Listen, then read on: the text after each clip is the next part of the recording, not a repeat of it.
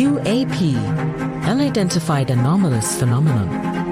Are they extraterrestrial, interdimensional, time travelers in origin, or are they simply a result of top-secret military projects, false flag alien invasions, PSYOP, drones, or other human-made aircraft? Join the discussion now on UAP Crossfire.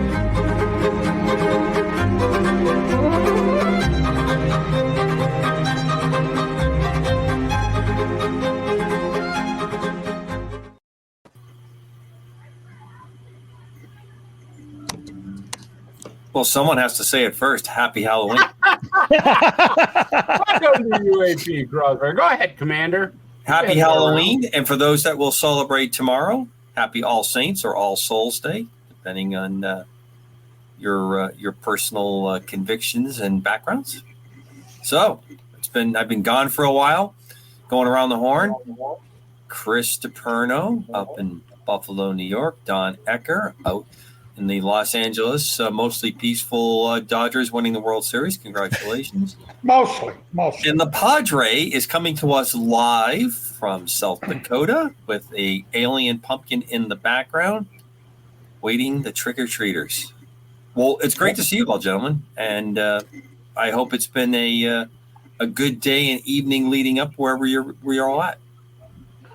It's been a great day so far, Commander. I have one super fan I want to give note of.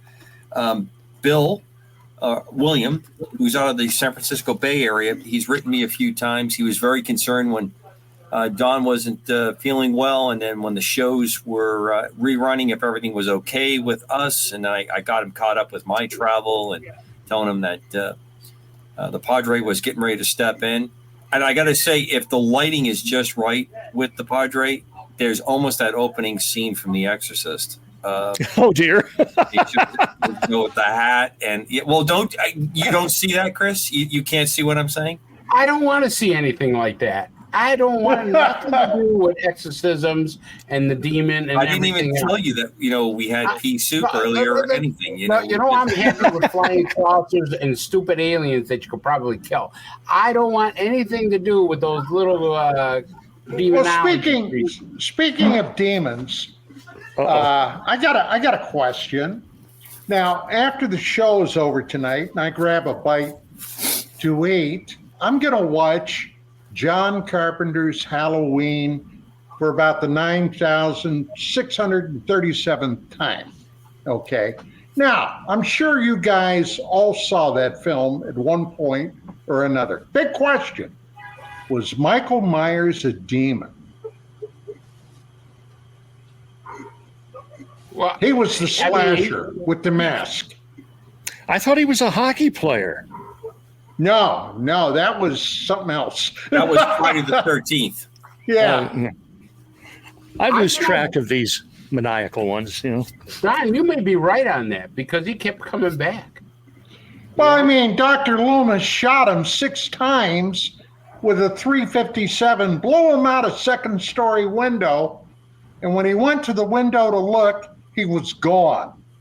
Now, that told me something. Yeah, that they were using round-nosed solid points instead of hollow points. I don't know. The Padre jump in there. Oh. Yikes. I guess you never have a bad sermon, did you, Padre? All your sermons are good. Uh-oh. I think a lot of movies nowadays, No, Don, not at all. is trying to get into. They are. They absolutely are. Demons flee at my sermons, I think. I can understand that, especially if you are going to talk about ballistics. I can understand that. So, all right, one of my favorite movies, Don. I like Carpenter a lot as a director. I think, in fact, I think he has done the greatest B movie that most people have never seen. It's in the Masters of Horror series. They're shorts, that different ones, and it's called Cigarette Burns. And if you like Halloween, you need to run down a copy of Cigarette Burns. Carpenter did this in the Master of Horror series. It has a little bit of everything you're talking about in it. And I think you will be convinced that your conclusion that old Mikey is possessed or a demon is very accurate. Now, have you seen the version of it that was done later on? You mean from Australia, the guy in Australia? No, the Halloween that was done. I can't even think of he's a pretty famous Rob Zombie. Yeah, Rob Zombie's version of it. I thought that was another one that was excellent version of it, and it had the same kind of vibe that you're talking about. Right. Well, I got to tell you, the first time I saw that, it truly, and it came out in what, 79, I think, 78, 79, yeah. Yeah. I was already back from 2 tours in Southeast Asia in 72. That film gave me nightmares. I can understand. It really did. This is going to add to your nightmare list. I was a senior in high school. But keep talking, please. Don't let that throw you. No. That's fine. But I got to tell you, that gave me nightmares. And I'll tell you another horrifying movie. The first time I saw it doesn't really hold up today as well as it did when I first saw it. But I saw it in 79. It was on HBO.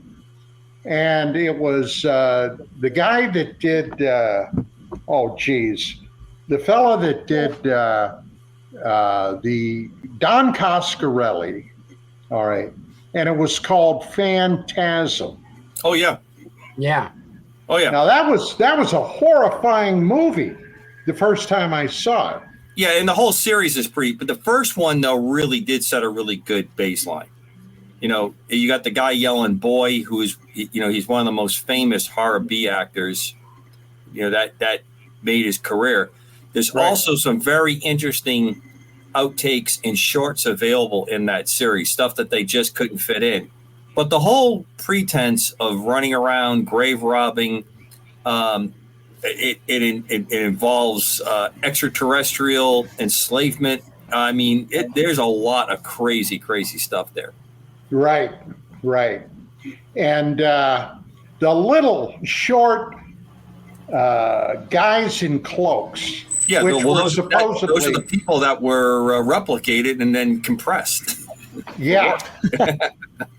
That was freaky. I can remember I was living in Denver then.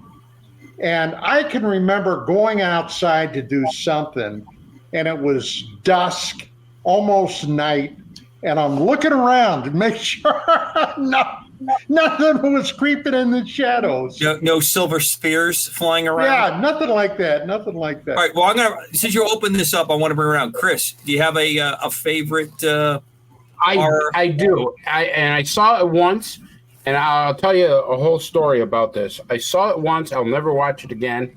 And the reason I'll never watch it again is because of a murder case I was working on. So I saw The Exorcist, which It's my same thing with my wife. Seen it once, doesn't want to see it again. Doesn't want to see it again. I won't, and I won't. So I saw The Exorcist, and I said, wow, this is a crazy movie. So and I've never told this story before in public, but people know about it. So anyways, I'm called in for a homicide. It's a children's homicide. A child was murdered. And I go, and they want me to interrogate the guy, interview him. And so I go in there and I start interrogating and working on this guy who killed this young baby. And so, we're talking. No, I didn't do it. Yeah, blah, blah, back, forth.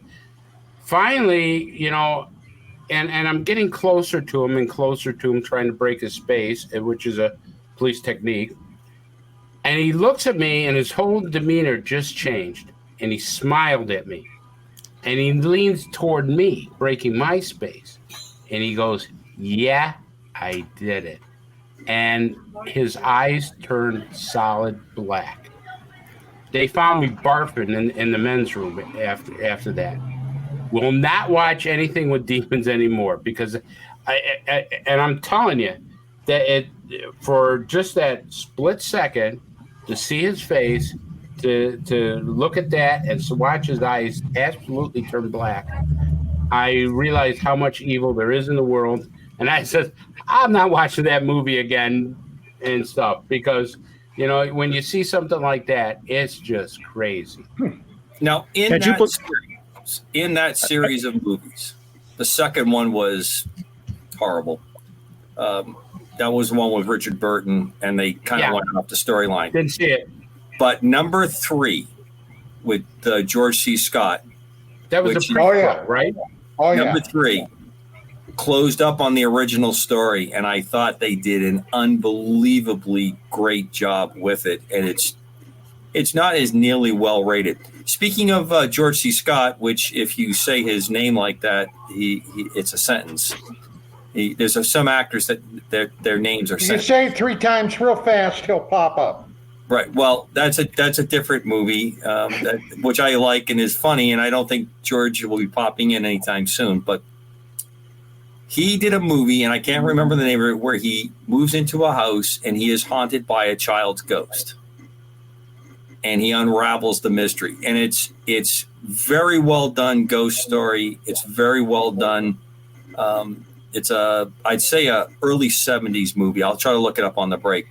Dan, what about you? Do you have any particular one that you like or gets under your skin that way? I do not watch slasher movies, and I do not watch demon movies, primarily because demons are real, and that's my line of work, so it's a little close to home.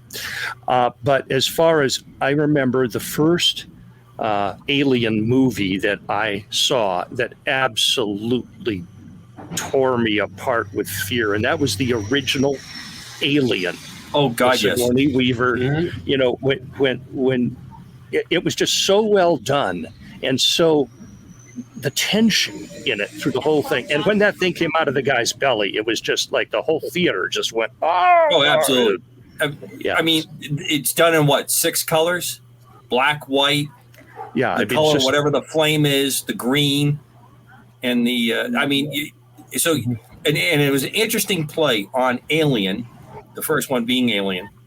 And then the next one was the plural, Aliens, which was okay. And then, of course, the franchise, lost its mind and went crazy.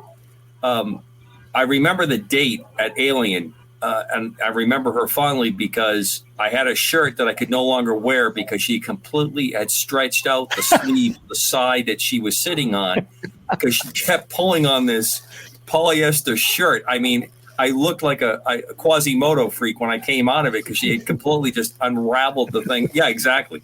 It was all right. Well, I'm going to give you 2 movies that I want you guys to consider, and I think Dan, I don't think they go too far off your. Well, one definitely does. So, but I think you're familiar with it. Night of the Living Dead with George Romero. And when you think about the budget, if you have the opportunity, read the backstory. I got a story about that. I would expect you would, being from that part of the world. But I mean, like, his accountant is the family, the mother and the father and the daughter. Those were people that he worked for George. And all the extras, one of the first real breakaway black actor scenes to come along was because of that. And it was because this guy walked in to do the part, and they all agreed. They didn't even they didn't care. They were casting. They wanted to get the right effect when the person came in, and it was dramatic. The other one I think that I always recommend to people is Carnival of Souls. Again, an unbelievable backstory to this. The guy who produces and directs this is driving back up to the Midwest. He's coming up from, I think, California, and he goes through Salt Lake City, and he sees out on the edge of the lake this giant dance pavilion. And it just looks amazing. It's closed, and he just gets completely enchanted with it. And he created a movie around it. And it's an absolute classic what I would call a classic horror film. It doesn't have any slashing in it, but it just has some really hypnotic scenes to it. And it's got an incredible backstory. The lead actress is still alive. She's 83, 84 years old. I'm desperately trying to get an interview with her because she was in Perry Mason's and all kinds of other movies of that time period. But two for people to keep in mind. But Aliens, yes, Padre, I would say that is probably sets the right tone for our little adventure tonight, our little run in the show tonight. John, you were going to give us a little background on Mr. Romero. Yeah, in the fall of 1968, I was in my first year of college at California State Teachers College. Now, there was a small community there named California, and there's a little backstory with that. And it was very close to Washington, Pennsylvania, which was south of Pittsburgh. So that's where it was located. And I was going to college there. Can I make a quick side note, Don? Sure. Because I think some people are going to get lost here for a second. The place that Don's talking about, I've been to. I've actually been on that campus because I worked all around there a few years back. Is in Pennsylvania. He wasn't in the state of California. The California Teaching College is a school in Pennsylvania. Go ahead, sir. Oh, I thought I said that. Okay. It sounded like you had gone to California for California Teaching School, which would have explained a lot. But,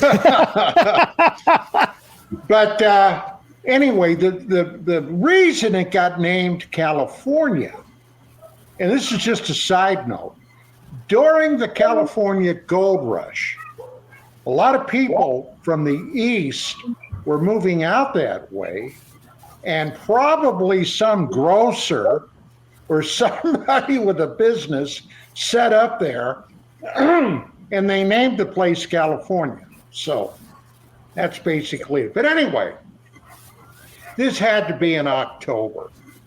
And in Pennsylvania, you guys are all in cold climates. So you know that in October, November, it gets pretty chilly in PA. And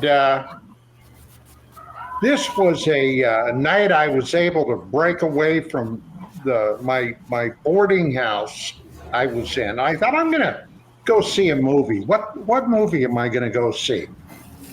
So it only had one, maybe two theaters. And there was this new movie called Night of the Living Dead. So I said, oh, well, sounds like a horror. Okay, I'll go see that. So I went down and, 68, the price of admission was ridiculously cheap. I don't even remember what it was, but I went in, sat down, and watched that movie. Now, that movie had been shot all through that area, okay? And, of course, I had no idea who George Romero was, but that thing freaked me out. And when I left the theater when it was over, and I had to walk back to my boarding house, well, I'll tell you what, I was keeping an eye on the streets. That thing was they shot it not even on a shoestring. They must have spent $35, $36 to film that movie. But my God, black and white. The angles. And those zombies, huh? Yep. The angles that he shoots it at, the looking ups, the looking downs. Right. Those zombies were, the one thing that really got to me was the main female, Barbara, okay? They're coming to get you, Bob. They're coming to get you, Barbara. And, oh, Johnny, stop it. And her brother getting brained by that zombie, her trying to get away. When she finally finds the farmhouse, okay, she's practically catonic, and it hit all the right buttons. Let me tell you what. And then there's Johnny in that scene when she gets pulled out. Johnny's in the midst of all the other zombies. Yep. The ultimate sibling, I'm going to get you, sis. Yep. You know, Commander, they didn't call them zombies in that movie. They called them ghouls, I believe, right? Yes, and the undead. Right. The undead. And the guy who ghouls. plays the part of the major, I believe, was the guy who ran a used car lot in Pittsburgh. They even had my hometown mentioned in one of the news broadcasts. Yeah. Altoona, PA. Yeah. So I guess that's why it hit so close. I thought that was a great movie. To me, it's an extremely creepy and well done movie. And I love the fact that people do stuff and do it at under production value and make it go. And I think the part that was in black and white, I think it makes it absolutely much better. Absolutely. You know? And the way they did the horror scenes is that you don't see, because they didn't have the ability to do the special effects. So your imagination is always 100 times worse, especially if you're getting wrapped around your axle watching a scene going on. I think that's one of the reasons that Alien screwed so many of us up, because as Padre said, when the alien birthed through the guy's chest, you kind of first see it from the alien's birthing perspective. Everybody's standing there covered with blood. Then it starts making the noise and you get to see the whole thing moving around. But again, they still made it look like a normal birth, like you're in like an OR. The way the camera goes around it completely freaks you out. And then you're going, oh, this isn't good. I mean, there's nothing good about coming out of this. And of course, wasn't E.T. not that far down the road, right? I mean, Alien, I think, precedes E.T. by only a couple years. You know, the good Alien, the happy Alien. You know, and another one that's an offshoot of Night of the Living Dead was Z-Wars with Brad Pitt. I don't know if you saw that one. Yeah. Z-Wars. And that has a lot of dramatic effects to it because, I mean, it was shot really well. And it was scary because they kind of put like realistic things within there. What could happen if such a virus, took off? Oh yeah, I mean, plus post 9/11, it had the right kind of capture of that national trauma, that terror. And we have things like an urban setting like that. And people, I think, tend to think that they have much better control or much better connection to what's going on when they're in that setting. There's phones and there's places to go. That movie took it all away very, very quickly. Oh yeah. What about the worst Romero movie you guys have seen? The worst horror movie? Yeah, the worst science fiction / alien movie that you guys have ever seen in your life. I got to think about that. I'll start. Go ahead. Battle Beyond the Stars. Battle Beyond the Stars. I was going to say that. I was. Starring Richard Thomas, also known as John Boy Walton, and Robert Vaughn, formerly Man from U.N.C.L.E. Yes, that was horrible. The acting, the script, the plot, and the spaceship. I mean, how can I describe it? But I did like that. Don, blonde. you describe it. I did like the blonde. Oh yeah, I remember her. Well, yes, she wasn't wearing much, Don, but no, she wasn't. Yeah, the whole it is sub Mystery Science Theater 3000. I mean, below that level. Yeah. And Robert Vaughn was only. How about he was going to fight the battle for a meal. Yep. Do you remember that? Yep. Exactly. That was his thing. He was going to If you feed me, I'll fight. And I'm thinking to myself, wow. And considering he had the only level of decent actor looking he spaceship is- in that movie.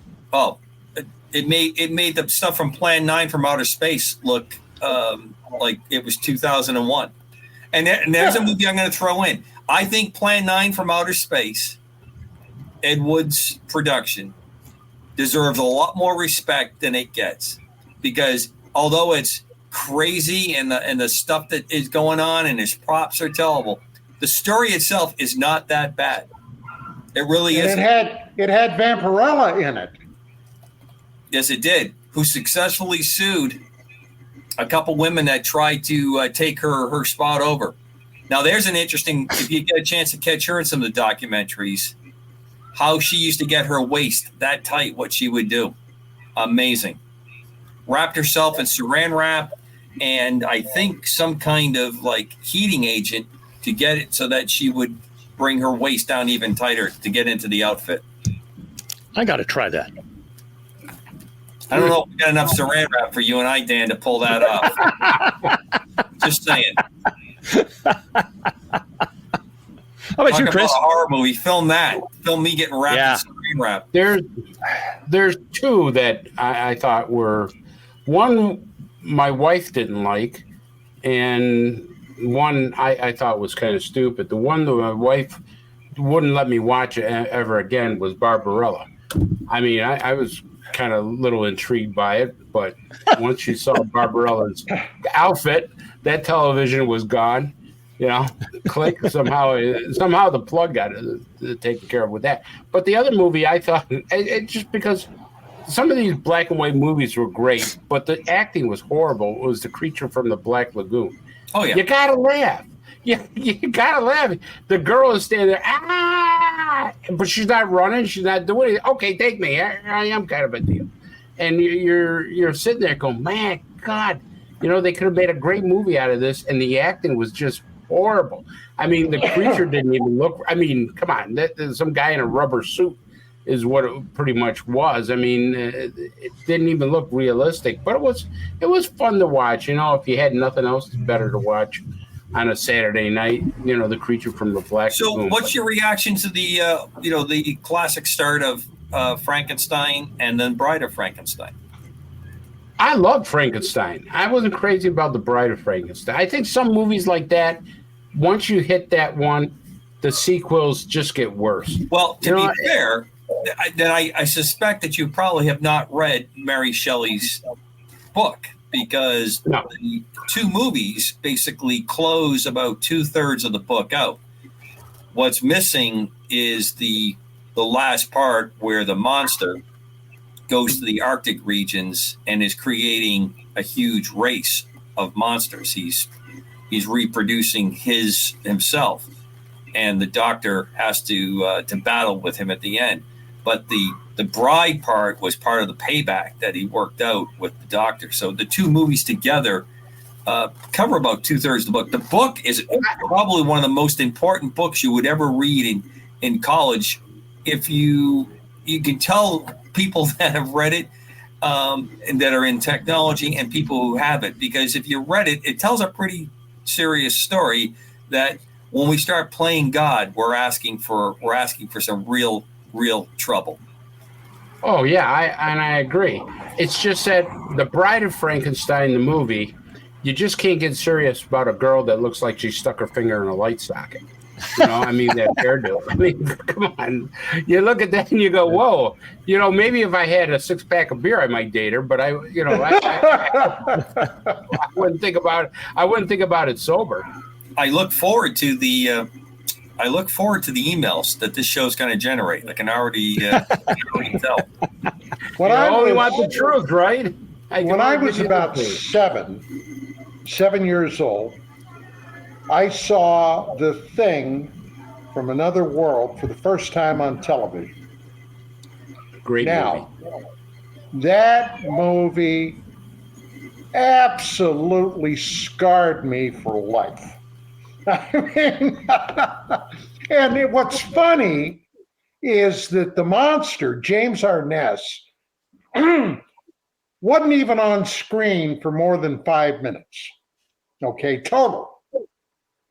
But that was something. And in 82, I went to see John Carpenter's remake of the thing. Mm-hmm. And first off, have any of you guys ever read the short story that this movie came from? Yes. Campbell's Who Goes There? Okay. Now that was, and it was in the 30s when it was written. That is a very freaky.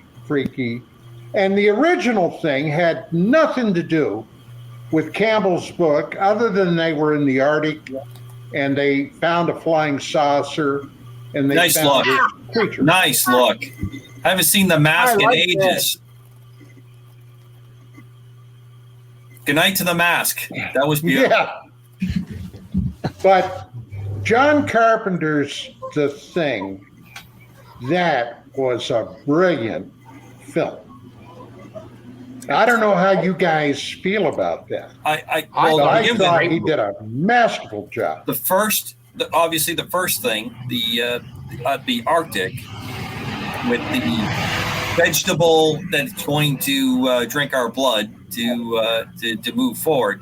I think, Don, you're the one that said a few years back that scene where they're on the ice and they all stretch out and they're looking down and they, and the guy who plays the part of the reporter, he's just classic. He whistles and is like, "Holy cow! We finally got one." Yeah. And of course, we do what we do, right? We put explosive charges and we blow everything to kingdom come. But that set an incredible mark. But what Carpenter does is he takes that story and he wraps it around probably 6-7 different subplots. And to this day, you can go to chat rooms right now. There is a chat room cooking right now, arguing out, did the monster die? Was Kurt Russell the monster? Was Giles the monster at the end? Did the monster die? Did they die? It was just a brilliantly done movie. Even the hokey kind of Carpenter gag things that he does, he did brilliantly in that movie. When the head sprouts out the legs and walks away like a spider, and the guy goes, "What the F?" It was such a natural reaction. What's next? Yeah, I think you're right about that, Commander, because it kind of leaves you in mystery whether the monster was killed or not, because it could take anybody's shape. And there was one part of the movie where they're actually testing people, sticking heat into their blood, right, and stuff.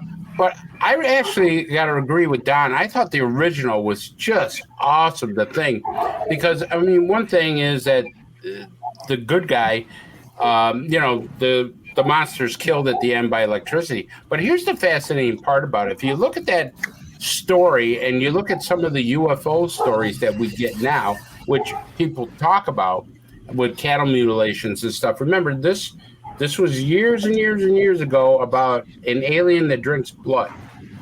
So what do we have years later? We have cattle that supposedly are taken by aliens and all their blood is gone. So you look at the correlation. I love to look at correlations from movies that are made years ago. Then all of a sudden, we see certain things that are taking place. And I thought that movie was well done. I thought the acting was great in it. And, it was one of those things where you kind of get worried and say, well, maybe they are drinking blood, kind of a deal. They're using it for something. Margaret Sheridan, who starred in that movie, is the love interest of the captain. I can't think of his name now. She starred in that thing. I'll tell you, I found her one of the most provocative actresses that I had seen in years in that movie. And I really wanted to find out what happened to her. And she appeared in a few more things, but she kind of disappeared from the scene. I thought she should have been a major star. Do you guys remember her? I do. I'm a little surprised, though, the kind of hook that she got into you, Don. I mean, I like the way she styled herself as a very self-made, woman. She's the one that broke the heart of the pilot, right? So she's and she's taking off and doing the whole thing. So I thought that was a kind of a breakout kind of role. But it's a couple of years post World War II. Huge changes to the landscape. Women had entered the workforce like never before, and many of them stayed. Not all of them went back to more traditional roles. So I thought it was interesting there. And you're right. I can't really remember. Did someone have a UFO land near them? What was that? Boy, no, that was actually a guy without a muffler. Oh, just drove by.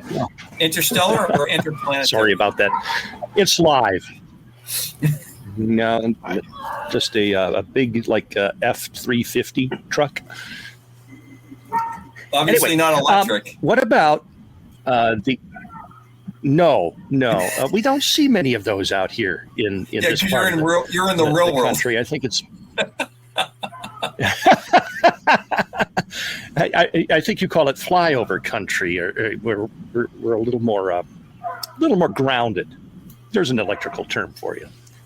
So when we're talking about science fiction and movies, what about science fiction monsters?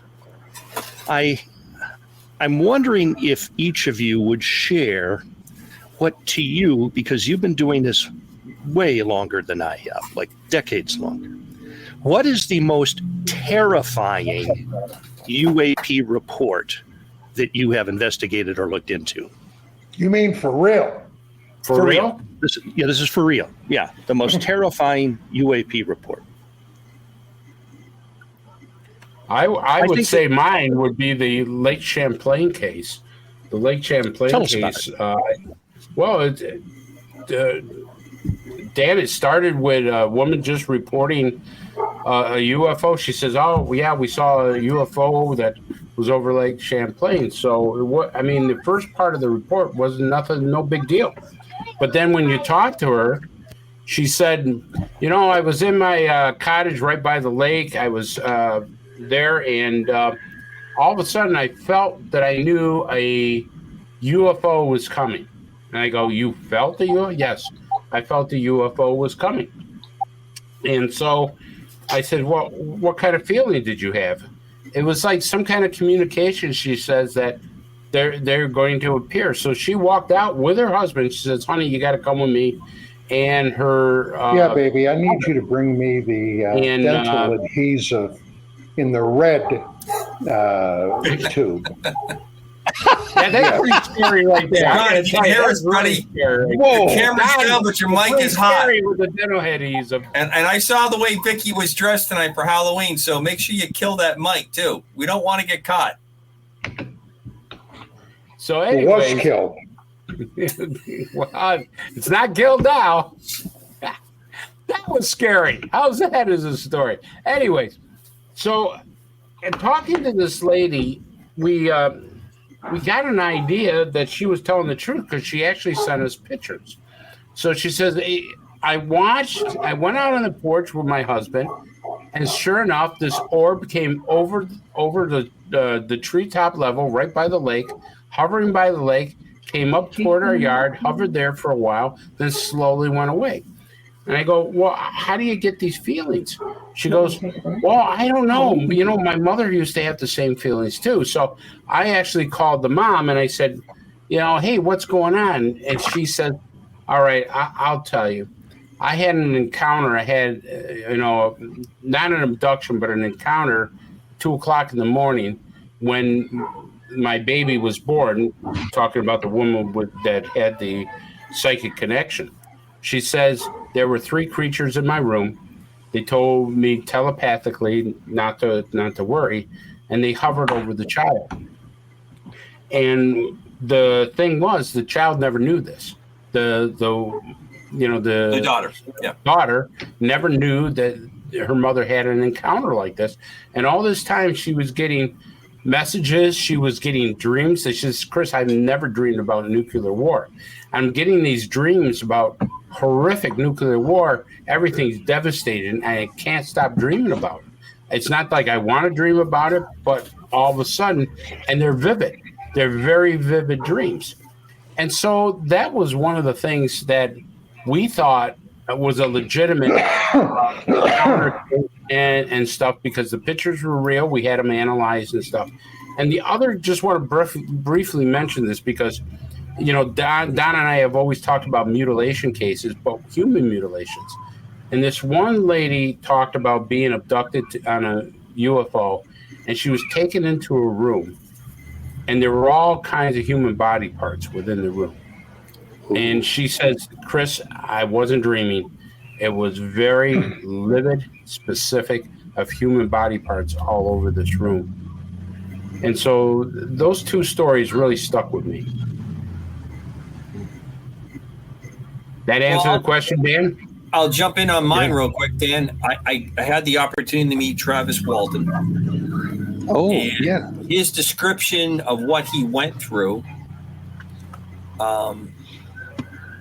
is one of the, well, you can tell by my reaction. I find it to be bone-chilling because he is such a reasonable guy. And the reason I say reasonable, he's the type of guy you're sitting and talking with. He's traumatized. And I've been around enough people with PTSD, and that you know that he experienced something. Mm-hmm. The other part that I take, my wife was with me at one of the conferences we were at that he was attending at. And a big shout out to Sue Spooler, who puts the New England UFO conference up every year. She even did it during COVID. She pulled that up. Amazing local show with incredible outreach. That's where Travis and I met the first time. And she, my wife, had a very positive reaction to him as well. And she's not one that is openly, I would say, as interested in this. In fact, she's like you, Dan. She likes to avoid a lot of the situations that would pull you into that kind of stuff. So the portrayal of what went on with him and his retelling of that one definitely, to me, seems to be one of the more difficult alien encounters. And in that same vein, there are now a number of support groups that are out there working with people that have had these experiences or claim that they've had these experiences. I take most people at face value, and it's amazing when you realize the level of what these people have been through on the psychological and sometimes the physical. Don, to you. You know, can I just say, you know, with the Travis Walton case, I met him too, and we talked about it, Commander. He's an amazing guy. He's really, really down to earth, and his story is so good. He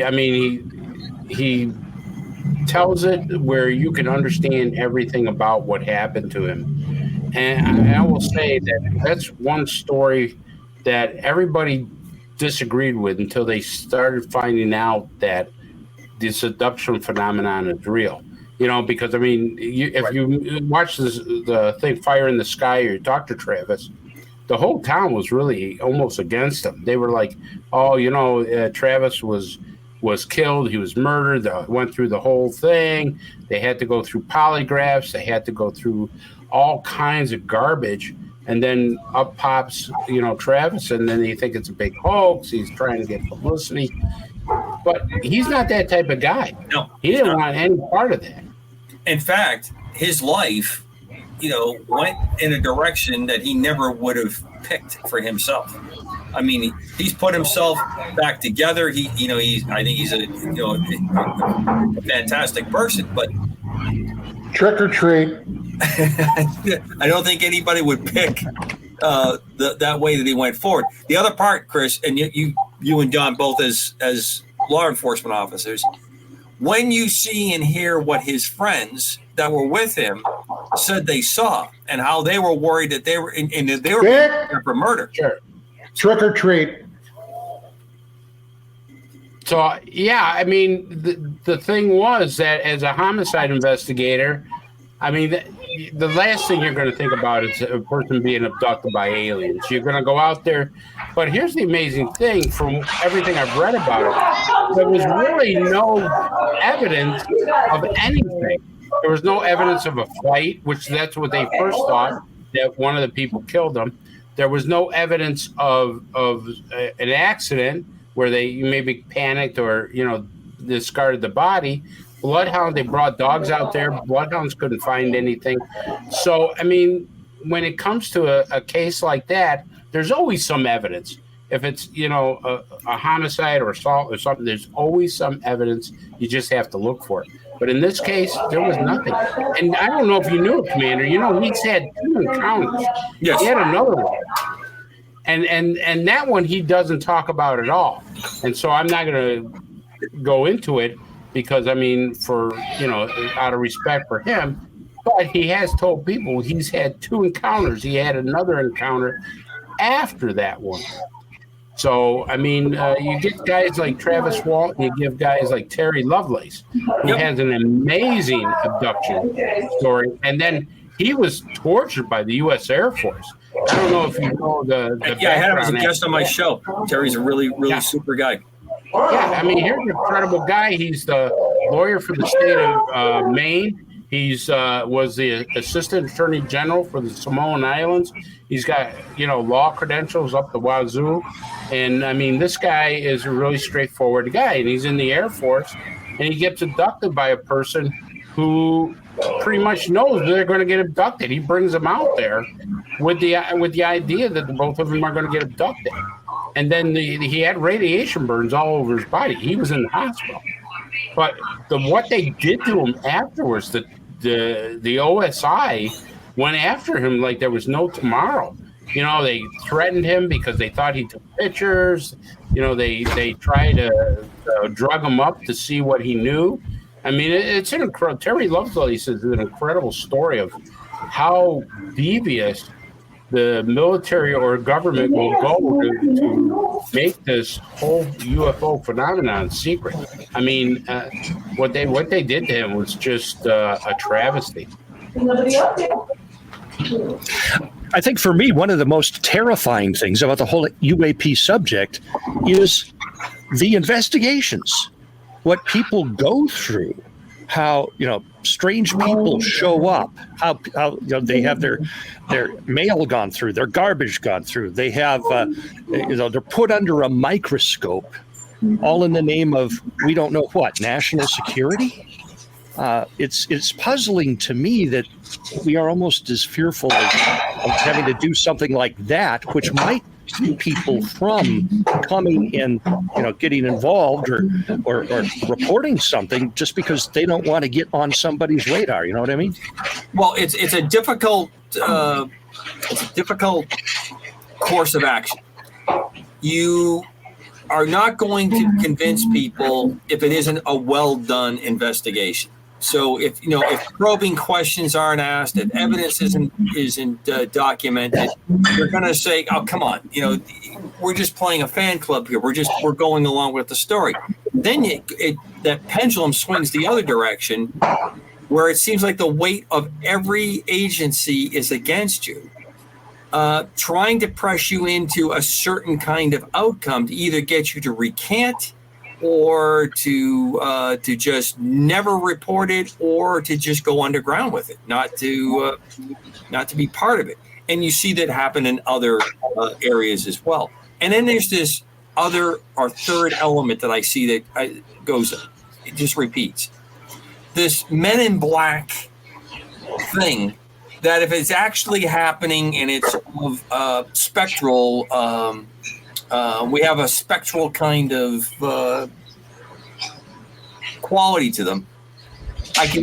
I can tell just by some of the reports that I read, we're emulating that with non-spectral, non-ET type people who are just playing that part, that are showing up dressed that way, acting that way, as part of the game, part of the way. Of course, yeah, Audrey, you're absolutely correct. We have a pattern that goes through here where it's not even trying to prove or gather information. It seems like you have to dig yourself up. And it's distressing to me, because who are these people? What are they trying to do?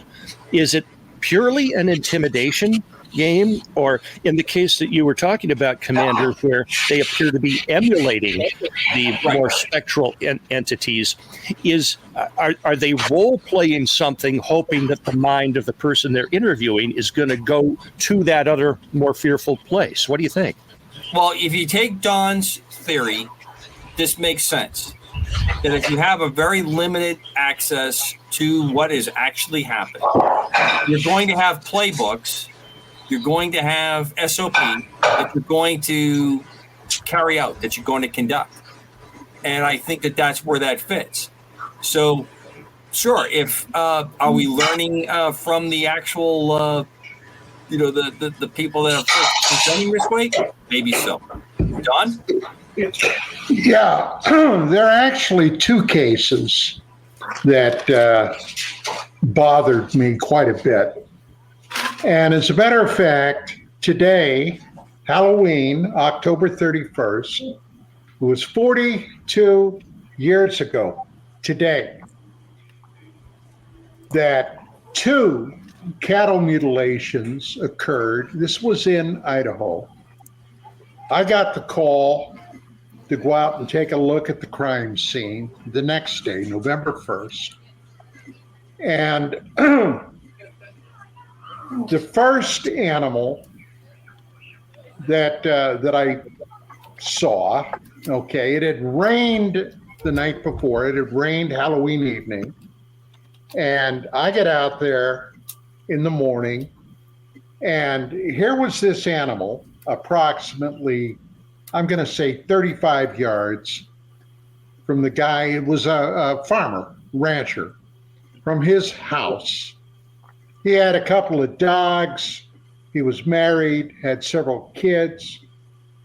He woke up in the morning, looked out, saw this animal, and it freaked him out. Now, at that time, there were a lot of mutilations going on throughout the Southwest. I knew very little about cattle mutilations at that point. I went out and I looked at the animal. The animal was bizarre.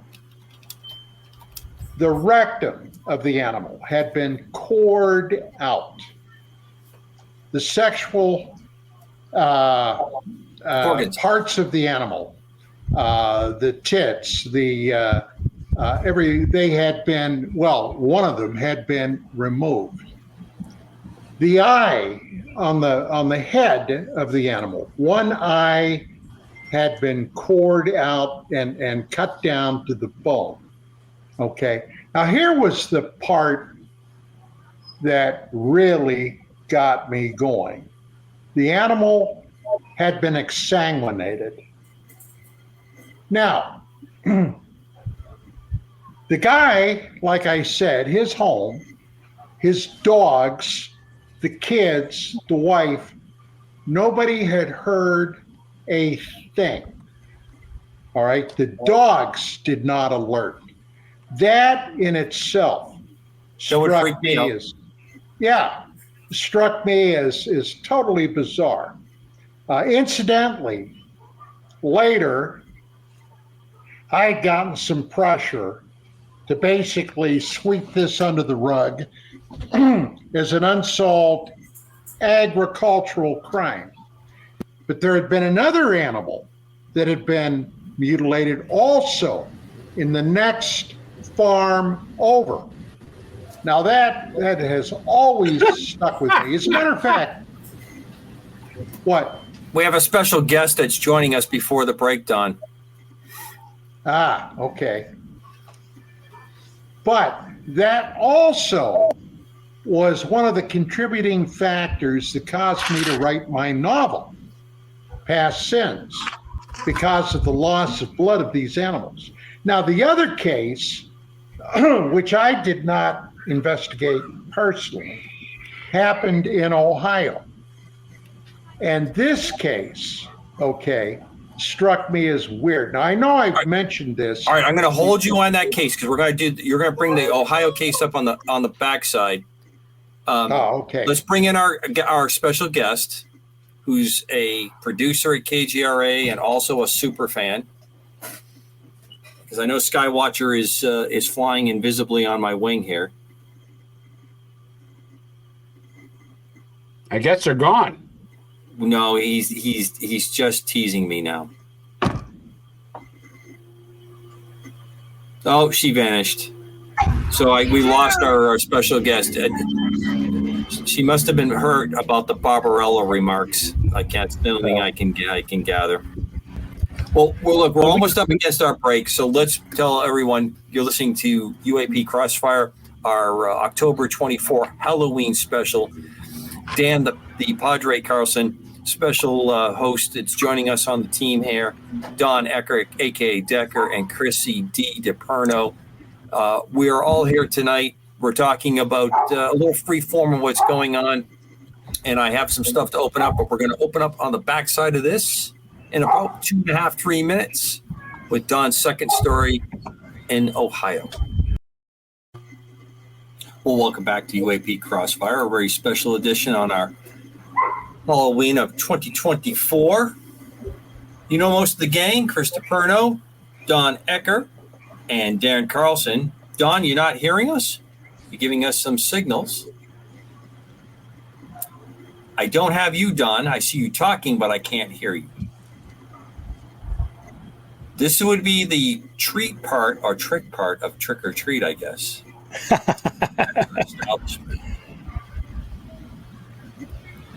All right, we'll wait till Don breaks in. I have something I want to throw with you guys. Don, leave and then come back on is the instructions from our eminent producer. You know, I just want to piggyback on what you said, Commander, about how they try to destroy people's lives that have come forward. If you look right back from Jesse Marcel, years back, right from the start, right from the get-go from Roswell, anybody that's ever tried to tell the truth or tell the story, they have absolutely tried to destroy. So, I mean, this is one of the things that we have to be careful of because, you know, we'll talk about false flag operations by the U.S. government, and you don't really realize that these things do happen. And I didn't believe it. I was one of these guys who said, hey, geez, you know, I don't believe the government would do false flag operations. I don't believe the government would, you know, discredit people.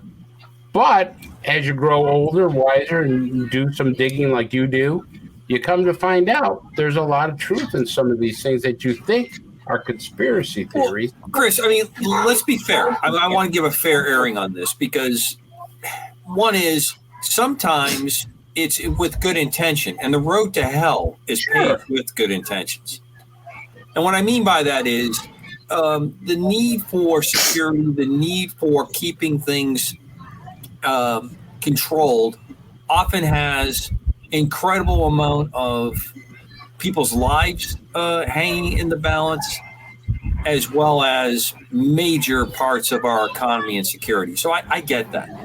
The problem is that, and the Padre can jump in here with the ecumenical moment that I'm driving towards. We are flawed beings, and sometimes we get a little carried away with our zeal on these kinds of things. You know, in the name of Jesus Christ alone, the atrocities that have been committed is horrifying. And there isn't probably a religion that hasn't had these kinds of events go on.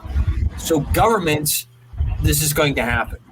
But I think that the zeal and then the recruitment and then the defining that this has to stay this way because a group that is not following any kind of democratic or republic kind of procedure is what really gets you and I and Don, and I'm sure I don't want to speak for Dan, but this is where it really gets your ire, because you are saying that we can't handle it, but this self-appointed group can. And that self-appointed group is going to continue to recruit the people that it needs to maintain this facade of what we're doing. And I don't agree with that. To a point, Commander, I guess what I'm trying to say is there's two parts of this. Do government have, good intentions to basically keep people safe and keep things, from, oh my God, I lost my thought with Phil on the air with that mask. Anyways, so, I mean. How do you know it's a mask and he hasn't taken the one that we see him with all the time off? Yeah, probably. Oh, and look. And there's the other one. So we have the one from Canada and we have the one from upstate New York. Are you able to speak or communicate in any way, special guest? Oh, just yes or no, right? That's all you can do? I can talk. Oh, you can talk. Excellent. Well, I don't know. Have you met the Padre, Dan Carson, before? I don't think so. This is Hello, a Padre. very special mystery guest. Greetings, mystery guest. And she's Thank one of you. those. I don't mean to misgender you, but I sense that you are a female of your species. The spirit inside is. Well, yes. welcome. It's nice to I'm have you Miss here at UAP Marionette. Crossfire. Thank you. She's a Happy marionette. Halloween, everybody. Happy Halloween. Oh, How are things in your part strings? of the globe, my dear? Very well. Happy thank Halloween to very you well. as well. Happy Halloween. And how is the marionette's mother? Is she as well? Tell her I don't said- know if we're doing cosplay or not. Oh, well. Have you been trick-or-treating? No, but since no one came around, I got my fill of candy. Excellent. Oh, yeah. I have to keep my ragdoll body. I have no strings on me. Where And were no you guys strings talking holding about you your back. favorite horror movies? I'm Yeah, just what's trying yours? to figure out where you got that picture. You remind me of That is. neighbor's daughter. I know who she's portraying. I do too. You do Do too, you? Commander? You know what? Her favorite movie. Oh, you're wrong. I am not Billy the Puppet. If anyone has seen Five Nights at Freddy's, The I'm marionette. known as the marionette, but my marionette has inhabited a little girl named Charlotte Emily. Right. Now, this is the girlfriend for the guy down in Key West, Robert the Doll. I I've remember heard of reading about Robert. that in a chat room when this came out. Now, I mean, I don't want you guys thinking I'm, getting that many kind of crazy chat rooms, but I do keep up with the Robert the Doll thing. After I met him, and then I met the guy who did the books on him and had him on the show, Wow. kind of freaked me out. Well, as long as Annabelle doesn't come after me in a jealous rage. There you go. There you go. Yeah. I think Annabelle's more of a gifts West and Coast give kind of life. girl. I think she's Pardon? more of a West Coast kind of girl. Oh, okay. I Is she give very- gifts and give life. That's my job. Excellent. Yeah. Well, Amanda, you do a tremendous job here for Chris's show. Oh yeah. Oh, Amanda. You didn't know that was Amanda? The big Yes, reveal. I did. But you got to act a little bit, right? If I said hi, course. Amanda, would that have spoiled everything? Well, Amanda, happy Halloween. Happy Halloween. I didn't mean Happy to All crash the Saints show. Day. Please forgive me, Padre. I just wanted to say happy Halloween and yeah, Well, you enjoy made- the rest you of the made night, my night. everybody. It's been ages since I talked to you. Yeah, well, I know. I love your glasses. So Thank you. fitting for the show topic. But I'm just about to run my own Halloween show over at Art Radio, so I will leave you guys be. Sorry, Padre, I didn't mean to crash the show. I don't want to take time away from the guests, but it's once a year, No and we worries. gotta be kids at heart, right? Absolutely. That's right. Oh, absolutely. Okay. Be well. And Bye, give our guys. best to Ron and the gang at ERT Radio. Thank you. I will. And all your listeners, happy Halloween. Be safe out there. Bye. You too. Bye. Bye. That was fun. So, yeah, she's a great producer, does a great job, and I love working with her. She's a fantastic very music talented as well. Has an incredible talent for music. So let me bring something up while you guys are working on some stuff here. Give me a second. Okay, Chris, I was wondering, as we're on that subject, have you ever been, when you were out investigating something, someone comes to you and said, "Back off"? Oh yeah. Oh yeah.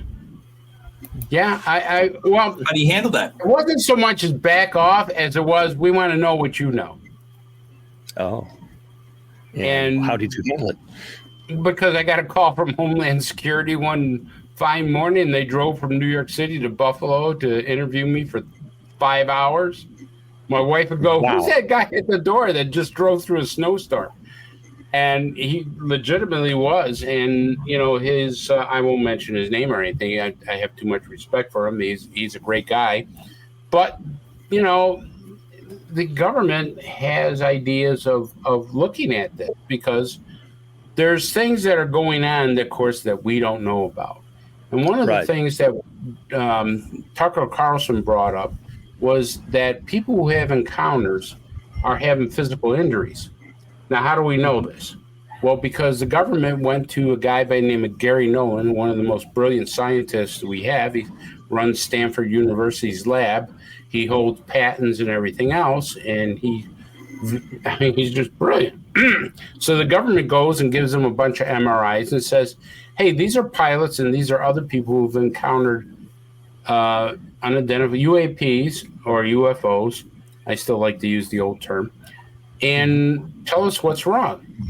And he looks at them and he says, they have white spots in the brain, layperson's term, they have white spots in the brain. They've been injured. And, it looks like something similar to Havana syndrome, which Havana syndrome, we do know Havana syndrome is caused by either a microwave or some kind of frequency wave that can injure the brain.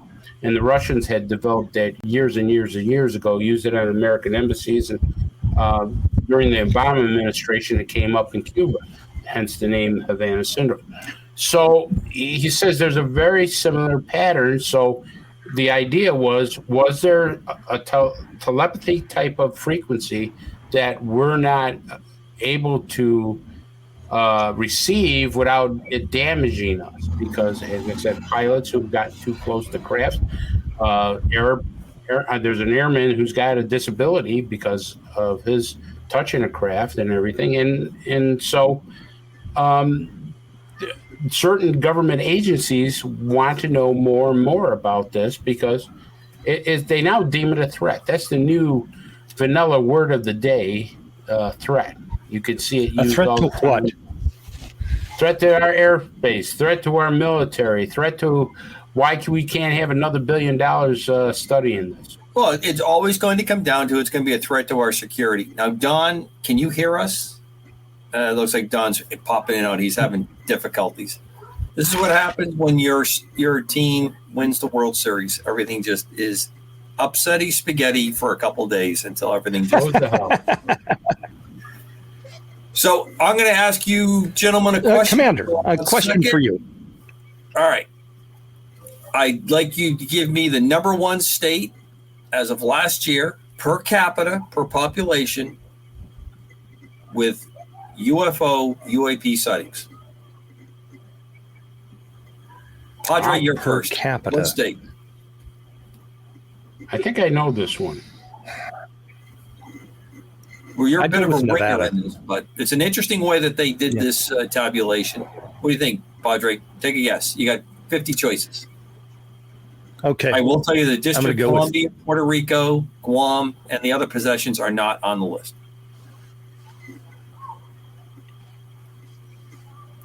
Okay. For UAP sightings, I would go with New Hampshire. Interesting. Very interesting.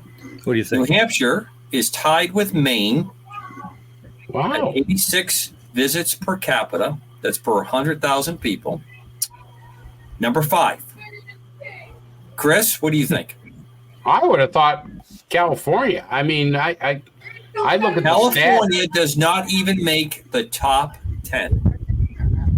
I'm telling you, in our MUFON reports we get, California is always the top one of the list. So you got me there, buddy. So the number one, according to this study, is Vermont. I was close. Yes. Why Vermont, Commander? Well, the way they do this, and like I said, it's interesting. Per 100,000 residents, they rank the sightings that people have. So if you have a lower population state and a high number of sightings, that's how they're trying to square this circle a little bit to make it work. And I kind of understand their process that they're using here. You know, if you have a higher population area and you're not accounting for more people that could have seen it, then, you know, how do you come up with that? There's other ways I think you could also work this out. You know, land mass, you know, the physical, you know, square mileage, the square area kind of thing. But Vermont, number one. Number two, Washington State. Number three, Montana. And those are all 90 or greater. Is that because it's just a low population? Right. And so, okay. If you're going to get a higher quality score if you have sightings reported and your population is low.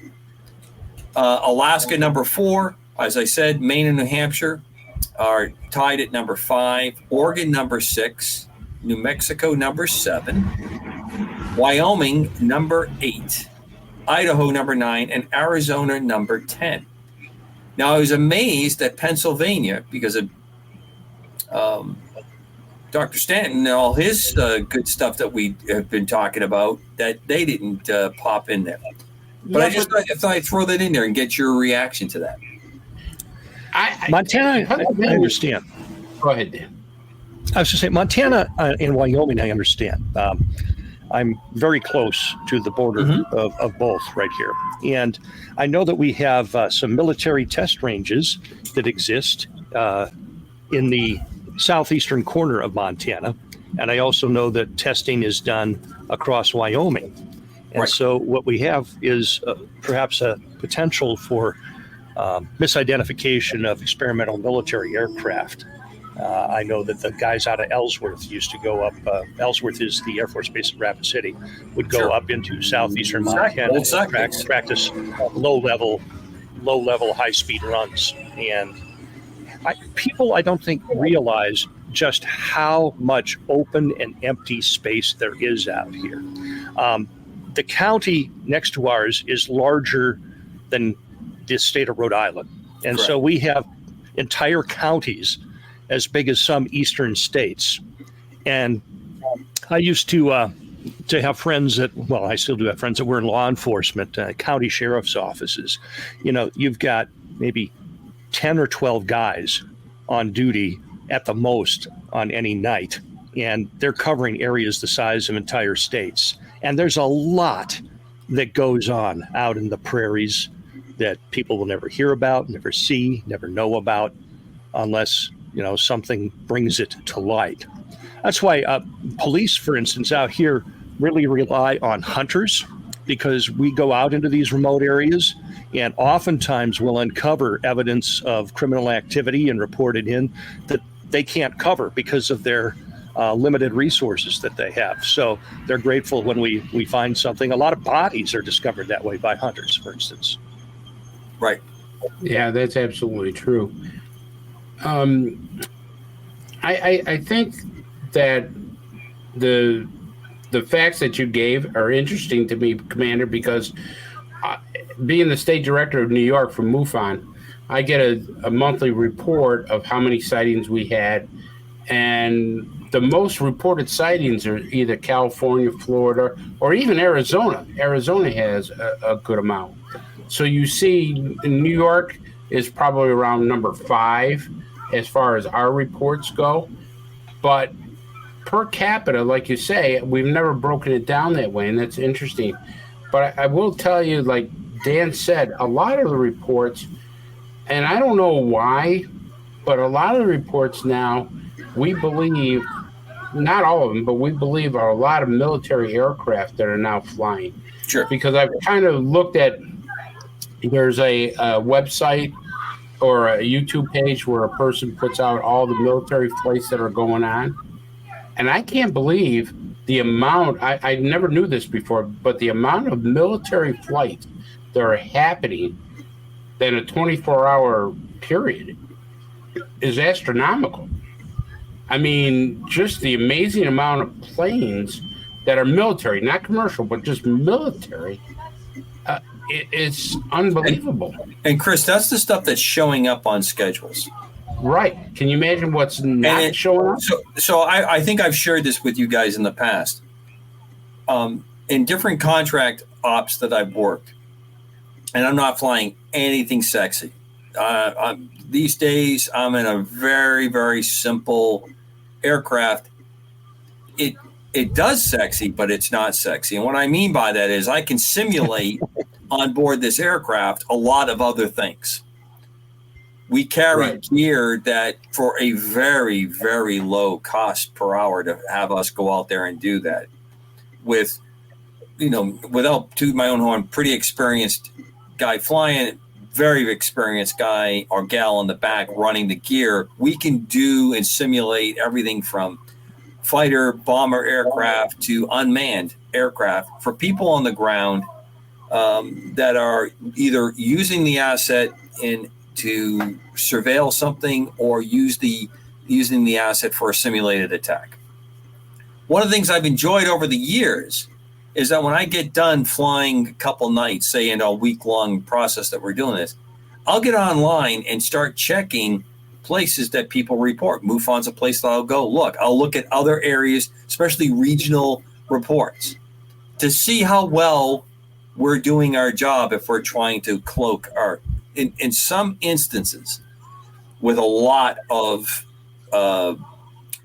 preparation and a lot of okays, we will not fly with the traditional flashing lights on, with the traditional gear. We'll go into a range area that the FAA air traffic control will keep other aircraft out of, because we are trying not to be easily visibly seen or electronically seen. Now, again, aircraft I'm flying is not super good at the stealth. I'd give anything to have a real true stealth capability, but it's interesting to see when local people report our activity. And I think you can imagine when a lot of it comes on. We're offshore someplace, we're coming back to the coast. Once we leave a range activity like Dan was talking about, hey, all that stuff's got to come on. The lights all come back on. The electronic signal goes out, and then we sequence in like regular traffic to anybody else, and we go to a base. And most of the places I recover to are not military bases. They're usually civilian bases because they are in close proximity to where we need to be for ranges, and it's much easier for us to get in and get out of there. And we don't attract a lot of attention. You put a civilian airplane on a military base, it attracts attention. You put it on a civilian airfield, it's just another airplane with an interesting paint job on it. And of course, people come over and ask you, and then they want to know what you're up to, kind of stuff. So I want to ask you a question, Commander, because I'm dying to ask this, because I'm very scared of flying. I will not get on a plane. Don't want any part of it. I've jumped out of planes. I've jumped out of helicopters. But, I always had a rope or something to attach me where I know I'm going to be fairly safe. But I won't fly on a commercial plane. I drove 3 days to Texas just to go to a conference. As a pilot, how do you feel about getting on a commercial plane? I hate it. With you not at the stick? I hate it. Chris. I thought you would. Chris, when I make my trips out to Oklahoma, Texas, Florida, North Carolina, I drive. Okay?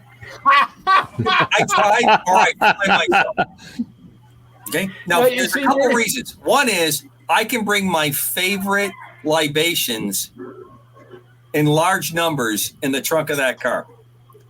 And I have a reputation of checking into different places along this great country of ours with a new whiskey find that everyone enjoys and is happy to see Commander Cobra on that account. That's one. Two, it's very much like a doctor who's gotten hurt and has to go to the emergency room for treatment. That's how I feel when I'm sitting in an airplane. So when I have to get on an airplane, like I do now for the next few months, every couple of weeks, I'm on a plane, and some of it's international. I don't like it at all. Now, partially it's a control issue, and partially it is I just do not like sitting in the back. And then there's other parts of it. I hate the whole experience of flying, what it once was and what it is now. It's horrible. It's not fun. Quite honestly, I find nicer people when I take a bus or a train as compared to what I see on the airlines. I was always curious to ask you that question because I hate flying, and it's the same reason as you. I'm not in control of it. I don't even like my wife driving the car. And I used to have a partner when I was in police work. I never let him drive the car. I let him drive the car once. I wanted to go in the back seat and hide. Talk about violating every vehicle and traffic law in the world. So Skywatcher just put a question into the chat that I gotta answer on air here. He wants to know that if there's turbulence, how do I behave? Well, first of all, most people that are sitting next to me, even if I'm not wearing these sunglasses, it's either going to be it's a nonstop chat fest, or there's just a signal I send out that we're not talking. Now, sometimes it's reading material that I take, just certain like the books we were talking about before we came on air tonight that I'll take, and then that will separate it. But when I'm in the seat of the airplane, I am ready for the plane to flip over. So people will watch my whole thing. I have that seatbelt cinched down tight. I am, completely. And then occasionally I might make a remark about, like, say, the landing or something that's going on. I do remember one night this is close to 40 years ago. I was in full uniform. I was in the Air Force in those days, flying into Albuquerque to go to the Air Force base there. And the guys flying this TWA airplane, long lost great airline, they killed the engines and were settling in for the landing. But Albuquerque International in those days was known for not having a lot of lights. It sits in a bowl kind of shape in that valley, in that part of the desert. And they missed it by probably 10, 15 feet, what I mean on the roundout. So when it came down, this woman next to me, probably, I'd say maybe 5 to 10 years my senior, she has been talking my ear off since St. Louis. We have just been chatty the whole time and just talking the whole time. And she's so happy there's a pilot sitting next to her. And every time there's a bump, I was fine. Everything was great. And she was just taking that. And when we start falling, I go, we're going to hit like a brick. And she immediately tensed up, completely grabbed my arm, and we hit like a brick. So bad that the overhead bins opened up and stuff was flying out. And these two poor bastards up in the front were assholes and elbows trying to get this plane under control on the runway. And it was an extremely long airliner. It was an airplane of that era that was really, really long.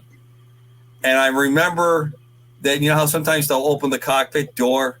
Sure. And, they're waiting there. These guys disappeared out of the plane. They were down at baggage claim, and you could see people just looking over at them like, are those the guys? Are those the guys that just landed us here? Like I says, I would rather take a train or something like that. But I just wanted to ask you that question because it's just like anybody else who's a professional. A lot of them don't like to, do have somebody else do their job that they're trained to do. Like, hey Dan, like any sightings of ETs for chocolate and candies tonight? Well, I've been keeping an eye out, and I haven't seen any aliens. I had people dressed as stick figures come by, Yes. and that was rather intriguing. Yes. Dan, what's the best costume you've seen so far? I would say the guy in the mask. The dressed as guy who mask. did the mask He was great. for the movie The Mask. I thought, and his body movements were excellent. Let me ask you something, Commander. Many years ago, I used to fly airplanes too, and I had problems with motion sickness when I rode in a plane, but I don't have it when I'm flying the plane. Is that common? Yeah, that happens a lot. And I think I got to tell you, as an instructor, my couple tours as an instructor, especially in the primary jet, when you're teaching somebody to fly aerobatics and you're desperately waiting for them to put the input in, because a lot of times, as an instructor, you kind of keep your hands, they call it a defensive position. You want to get your hands by the stick and the throttle control. Your feet may be lightly riding, but you don't want to be on there while the student is trying to do the maneuver. So you're waiting for that action to come. And of course, then you're also evaluating how long it's taking them to do something. And a lot of times, if you do a maneuver and you're too slow, the plane we call it departing controlled flight. The plane's just not flying anymore. And then, you tumble out a couple things and you put a correction in and you reset up and you do it again. But one of the hardest things this is where I've always been so impressed with the folks that are special operators in the cockpit, weapon systems operators, radar intercept operators, electronic warfare officers. These people who are, they have to hang through all the G's, they have to hang through all the maneuver, and they don't know when it's coming. And you do a pretty good job of trying to talk. Even in the little airplane that I fly now, when we had to really maneuver, I would always warn my backseater this was coming. And my backseater in the airplane I fly had two little teeny tiny windows on either side. So they were inducing discomfort. It would be better to have nothing. And a lot of the younger folks that I got towards the end of my time in Iraq were sensor operators that had flown the Predator, but they flew it from a trailer. They flew it from a van. They weren't physically flying the airplane. So they have developed this eye sense of looking at the screen, but they didn't have the body sense of what their brain was interpreting and what they were doing. So they knew that when the Predator would roll and come into a position, they knew they had to do stuff with the sensor to keep the sensor lined up to do their mission. But now they're feeling it on their body in a way. So one gal that I have, I'll never forget her. Her call sign is Cher. I gave it to her. She looked like Cher. Super, super good. They really were. I never did I have a bad backseater. And she had a lot of trouble in the back being comfortable. Once she really got into work and we got busy, she was fine. But she was constantly eating dry cereal. She would get these remember the little boxes of cereal? Well, yeah. Yep. So she's constantly eating cereal because it would keep her stomach acid down. And like I said, when she really got into the job, she was fine. Then she'd start to feel nauseous afterwards. One would come on. Mm-hmm. Well, we caught an exceptionally bad night. We saw a guy shooting mortars. Any other night, it would have been easy to get F-16s, F-15s, Apache helicopters. Nobody's around. And I have two Iraqi policemen holding down these guys that have shot these mortars off into our base. And these are two guys. This is, the partners out there with no backup. And now all the local neighbors are coming out, explaining that they are good boys and they're just part of the Rocket Model Club. And they didn't mean anything when they shot into our base. And they're surrounding these guys. And I can see this. It's at night.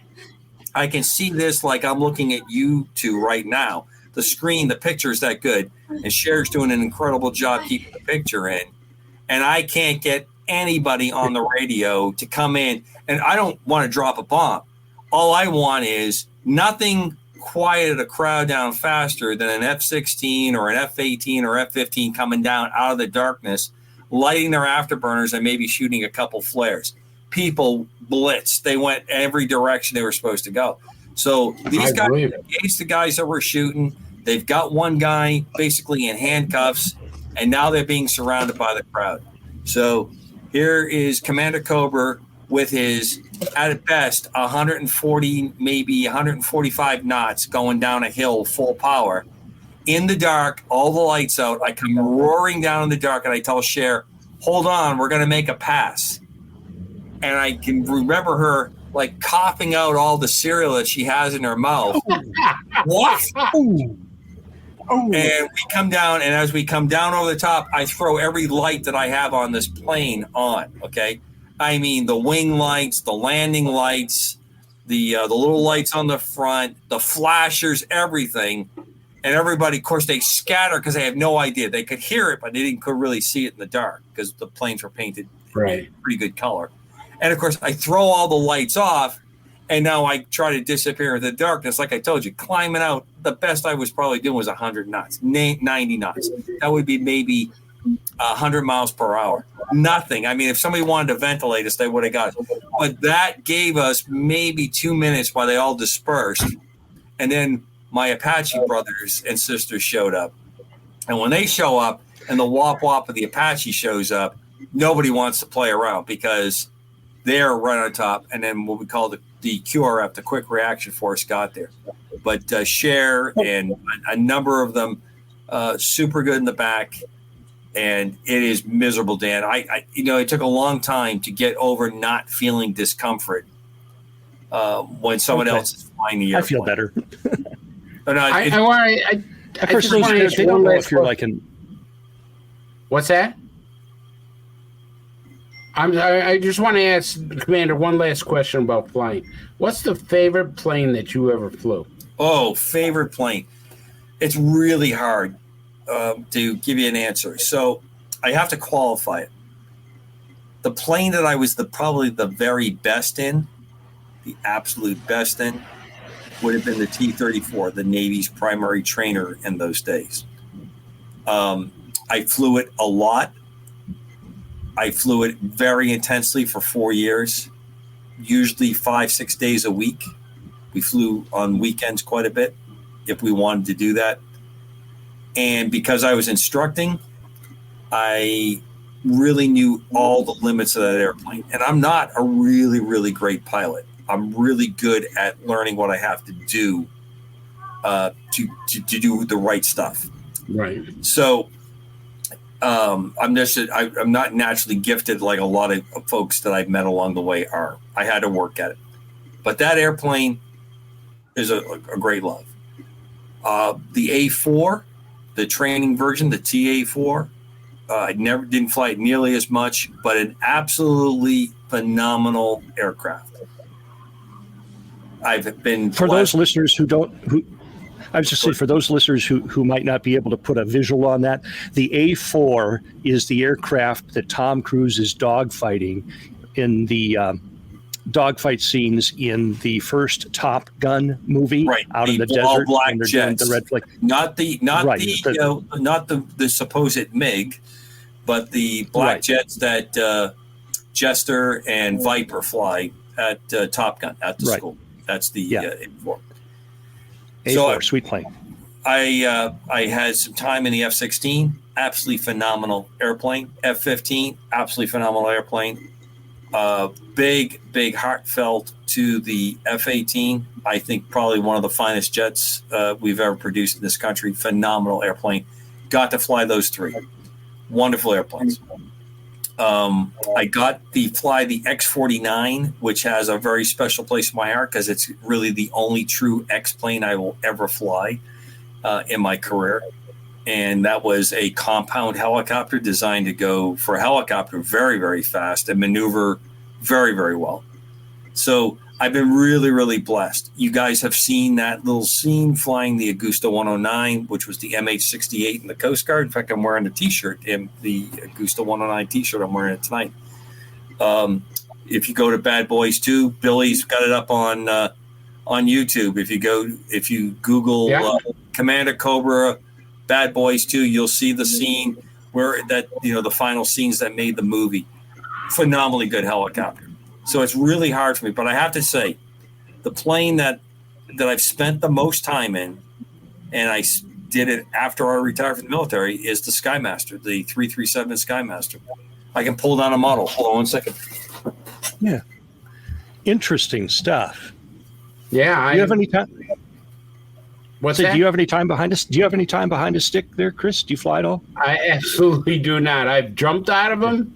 I've repelled out of helicopters. I've jumped out of planes, but I never flew one. Oh, look at that. What's that one? Yeah. That's the Skymaster, the push-pull Skymaster. Was that called the Bird Dog in Vietnam? No, the old one's the Bird Dog. This is the Super Skymaster in Vietnam. This is the plane that replaced the Skymaster. 2 engines, one in the front, one in the back of the fuselage. It's got the twin boom tail, and they're still flying, and I'm still flying them today. What are they used for, Commander? What would you use a plane like that for?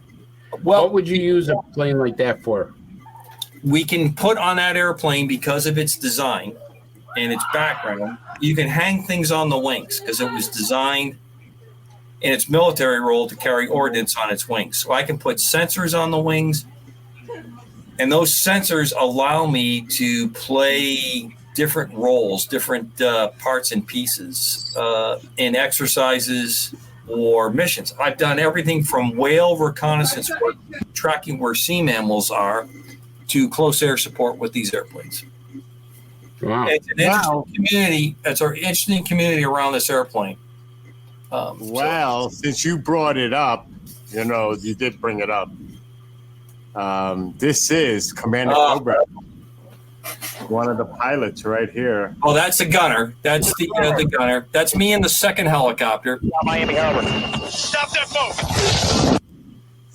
So that's you in the second one? Yes, I'm flying the wing. That's correct. Oh, right there. The one in the back. Correct. Oh, that is so cool. And that's my voice. You'll hear my voice. I do all the radio calls. Really? Oh, shit. I have a face for radio, and I ended up on the cutting room.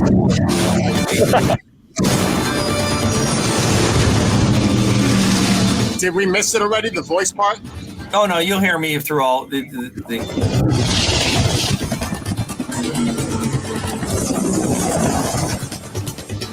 probably one of the greatest pilots ever. Two of the greatest pilots ever are in this movie as well. One of them is in that white helicopter. Steve Gavin sadly passed away about 15 years ago. He is one of the greatest stunt pilots ever. He's a Vietnam era veteran. That's him in that helicopter you see right off the back of the boat flying with Will Smith. There he is right there. Wow.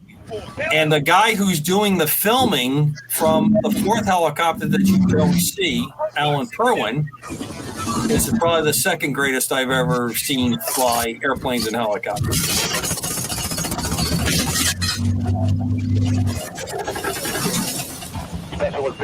That is so cool. You know that? It was an interesting experience. Wow. We did a week's worth of work for about 2.5, 3 minutes worth of So film. tell us the inside scoop about Will Smith. Did you? Well, I never met Will Smith. Smith. I never met him. I never met Martin Lawrence, but I met his stunt doubles. And his stunt doubles, their stunt doubles were two of the most fit young guys I've ever been around. They were amazing. Just absolutely phenomenally great guys. So they're the ones that you see jump out of the helicopters and you see them do a lot of the stuff. They were phenomenal. And I have to say, Michael Bay was probably one of the coolest cats that I've ever dealt with. I mean, this is a guy who's making incredible movies in Hollywood. I'm brought down to go over my scenes. I read the script and I read the layout of the scenes in a meeting before we went into, to do the filming. We're going to go over it. And I have Coast Guard officers whose job is to be in Hollywood. That's their job. They're called liaison officers. So when all the military have people there. So when the Hollywood wants to make a movie and they want to use aircraft like Top Gun, they come and they say, hey, here's the script. Can you help us out? Now, obviously, Michael Bay has a very strong reputation with the military. He happens to love the U.S. military. He also happens to love the Coast Guard. And he wanted to do this movie, Bad Boys 2, obviously based in Miami. He wanted a very strong presence of the Coast Guard. So that's how you see all the Coast Guard helicopters and a lot of the Coast Guard ships that are involved because of that. At any rate, Michael Bay has me in for this room. He's sitting at the end of this long table. I'm sitting at the opposite end. And he can tell right off the bat that, and I made a remark that there's a lot of, inaccurate scenes that's going on. Your movie, do what you want, but this is, the issues. And I guess in the world of Hollywood, you don't have guys like me come in and are talking and talk to Michael Bay and tell him, this is screwed up. He goes, well, what do you mean? I said, look, I'm not upset with you or other directors that do these kinds of movies, but I am, and I put my hand like this on my forehead, I'm one of those losers that sits in the audience and waits to see who the military technical advisor was. Because if I ever meet he or she, I'm going to give them a piece of my mind when the haircuts are wrong, the ribbons are wrong, the uniforms are wrong, the wrong kind of airplane, the jargon is wrong. I mean, simple, basic stuff. Now, be honest, a number of these movies, a lot of stuff that goes on, people who claim to be military people get themselves in the middle of these things, and they're not. The same thing happens with medical shows, law enforcement shows, and then sometimes the director says, no, screw it. I'm going to do it my way. My way more entertaining than real life. But Michael Bay looks at me and he goes, Commander Cobra, obviously used my real name. I said, no, please, Mr. Bay, call me my call sign. And he says, well, no, don't call me Mr. Bay, call me Michael. I said, so we got that established. He goes, can you give me examples? I said, well, when you did the movie The Rock, you had U.S. Air Force painted on F-18s. I said, you cannot believe the kind of effrontery that you committed there. The whole thing that went on with single-engine fighters, the Air Force selecting the F-16, the Navy taking which was then the F-17, YF-17 became the F-18, to go that direction to build their airplane. I said, and then you put in stuff from the Blue Angels when they were flying in San Francisco as part of that whole thing. No one would make an attack that way with the Blue Angels.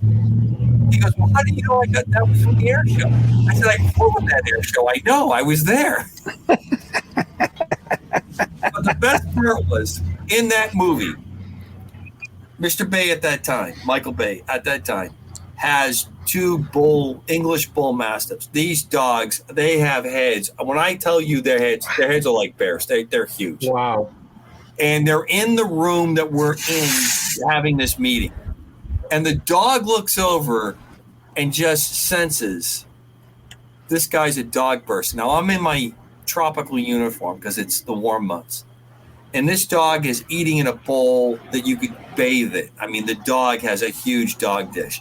And then it goes over to the water bowl, it gets its drink, and it says, that guy at the end of the table in the blue uniform, he likes dogs. And that dog came over and turfed its muzzle, covered with food and slobber, right in my lap, and parked a head that must weigh close to 30 pounds on my head. And I'm petting this dog, and he's looking up at me with those big eyes. And Michael Bay knows at this point, this guy's okay because he likes my dogs. And I am. You guys know I'm a huge animal person. Right. And he is just looking at me. He goes, all right. And he brings in the two guys that draw the scenes, the sketch artist that does the storyboards. I believe that's what they call them. Yep. And the script guy. And we got this stuff all straightened out. And the scenes that you see are the stuff that him and I kind of negotiated to make it as more accurate, but not give away anything that we were doing. So that's the story behind all those scenes. Trick or treat. Happy Halloween. Well, it's a great story. I can tell you that. They really are. So let me ask you this, both of you guys. Dan, I want to start with you. Okay. Some people, and I want to ask this because I actually recently just heard this a couple of days ago. Some people do not want to celebrate Halloween because they fear it's too close to the devil.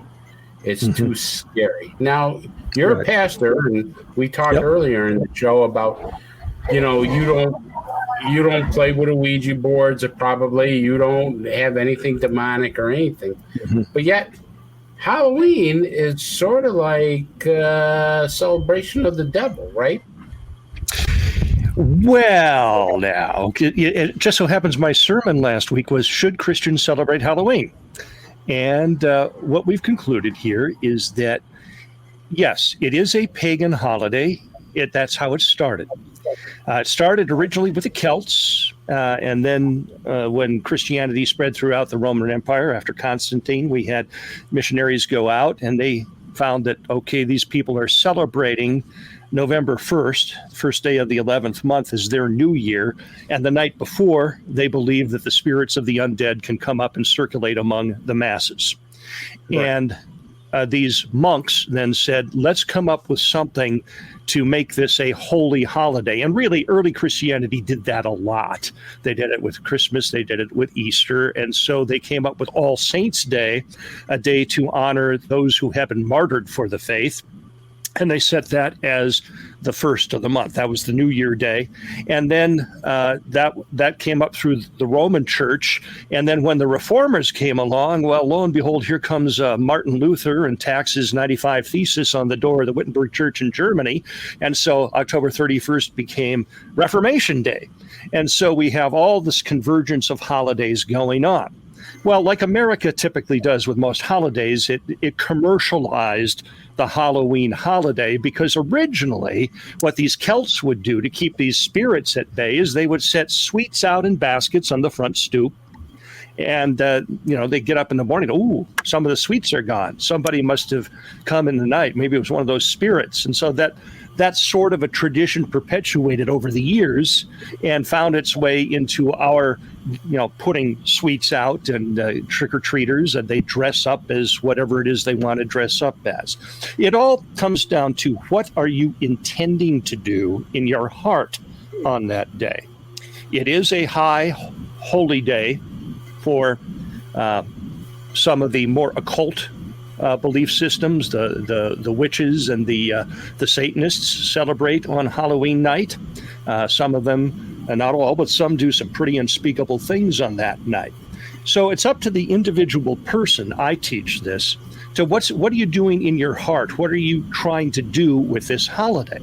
So you can take part, in my opinion, if you wish. But I also encourage those who are people of faith, don't wear a costume in which you identify as something that isn't consistent with what you believe. So I would say discourage a little girl in my fellowship from going as a witch and suggest another costume idea. Or a French maid.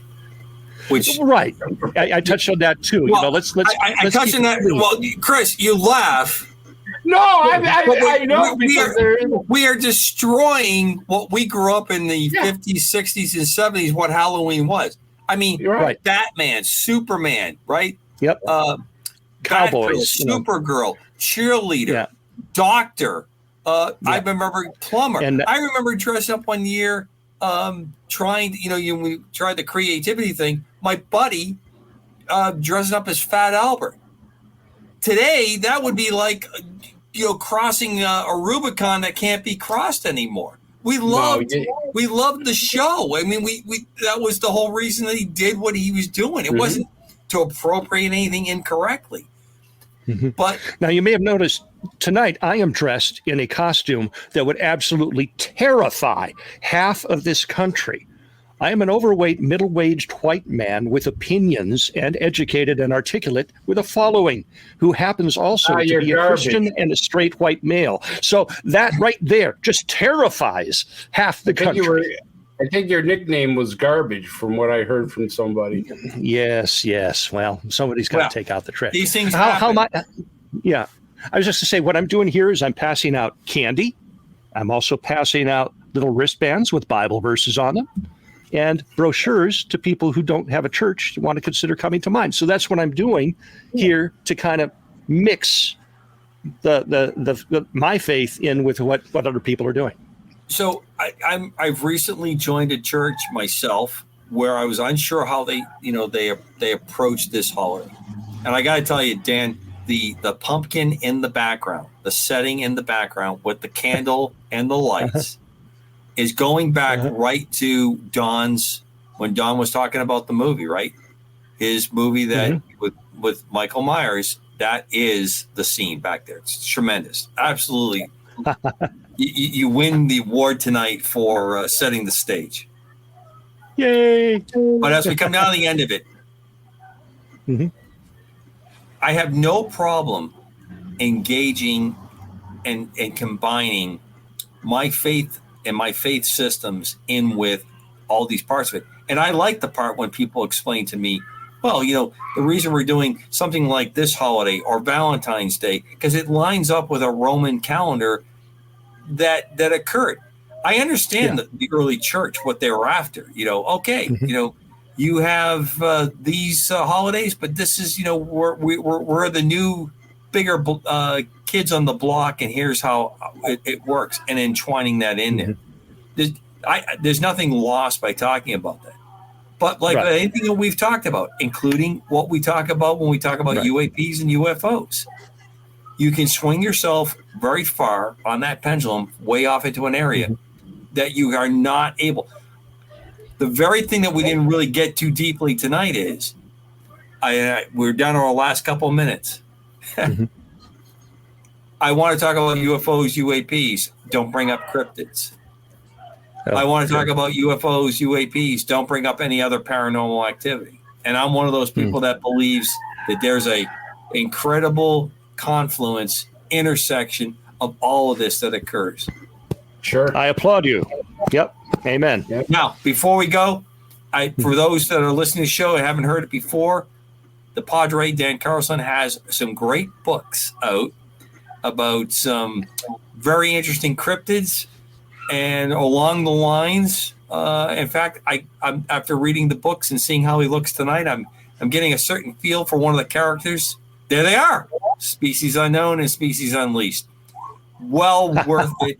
And I think that if you send me an email, and my email is up there, I can get him to at least send you like a book card. It might look like an index card, but it'll be a book card signed to you if you want to do something like that. Absolutely. So all the super fans out there, I'm really sorry we lost Don tonight. Vicky looked phenomenal. I can only imagine the fun they're having in California as the night starts there with the kids that are coming up. Happy Halloween, happy All Saints Day, All Souls Day, and those that celebrate All Souls south of our border, connected to the same thing that Dan was talking about. Thank you. Chris?